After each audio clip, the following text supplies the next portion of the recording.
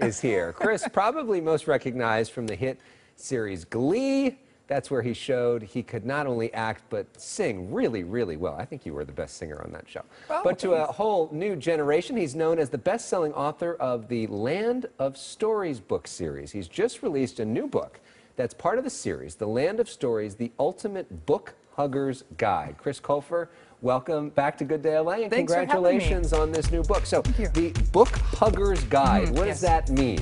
This book is sort of, it's for the fans of the Land Story series, and it's a celebration of the series, and acts like part encyclopedia, part behind the scenes, with ways of how we develop the artwork for the series, and a lot of stuff from me about how I came up with the whole idea and how I pursued it, and advice that I would have for anyone else out there who's trying to do the same thing. So if you love the series, this is like the backstage, this is the director's cut, this is sort of like the DVD extra. Absolutely, it's like the DVD extras, absolutely, yes. And you know, this whole series started with an illustration. We're looking at some of the illustrations from it now, but a particular illustration, which you have on page 169, which you did when you were a little kid. And this is what, there it is right there. Oh, yeah, there it is, yeah. Sadly, my artwork has not gotten better. Talk to us about the significance of that moment. Well, I came up with the idea of the series when I was a very small child. I had a sister who was very, very sick, and she was always in and out of the hospital. So I started writing then as a way to just kind of cope and escape from it. And so I very much like that one. I would draw pictures of the characters and the locations, and I kept it all. That picture is hanging up in my office to this day. And this picture, which is here in the book, and then you said at that point, if I ever get to a place where I could make this a reality, I'm going to make this a reality. So then you do Glee. It becomes the biggest show in all of TV. You start as an 18-year-old, go on this wild ride. And while you're making this crazy hit show, you're also reinventing yourself at the very same time. You're writing this. I pulled Madonna. I really try to reinvent myself.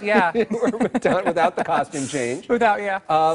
Talk to us about that, about the concept of reinventing yourself and being able to do different things, because a lot of people, they find one lane, especially one lane of success, and they're happy there.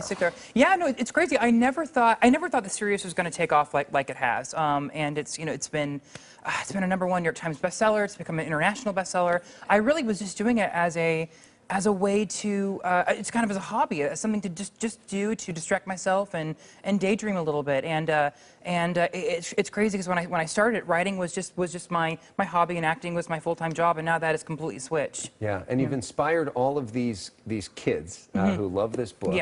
And now you're being given an opportunity to. You originally have this vision, you put it on the page, and now you're making it into a movie. You're going to be directing this. Yes, very soon. What is that like? What is the process for that like? Oh, it's terrifying. I mean, it's absolutely terrifying, but it's so exciting. I cannot wait to bring these characters to life. And we've been developing it for a little over a year now. And at first, I was really, really impatient. You know, I've had this world living inside of me since I was a young kid. I couldn't wait to bring it to life. But I'm so excited about where we're at now, and I think the fans are going to love it. I think they're going to love the movie.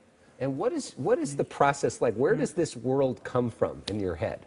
Oh my God! I wish I really had an answer. I don't know. I don't know or I don't know if it's a higher power or what planted it in my head as a kid, but whatever happened, I'm so grateful that it did. I mean, so I mean, like when you're on Glee and you're doing a scene in something, are you thinking in the back of your mind, thinking of this world, thinking of where these characters are going, thinking of how it goes? Usually anywhere in life I'm thinking about this world. It has always existed just in the back of my head, and it was only a thought away. And so yeah, there are many times when I look back at old episodes of Glee and I think, yeah, I'm clearly thinking about my next book in that scene. Just depended if I had too many lines in the scene or not. Yeah. So and talk about how kids have connected to this as well, and what they say to you about this. Oh my God, I think it's just a lot of them are say I've made their childhood a lot more exciting. But I think what I'm most proud of is all the kids that the series has inspired to write themselves.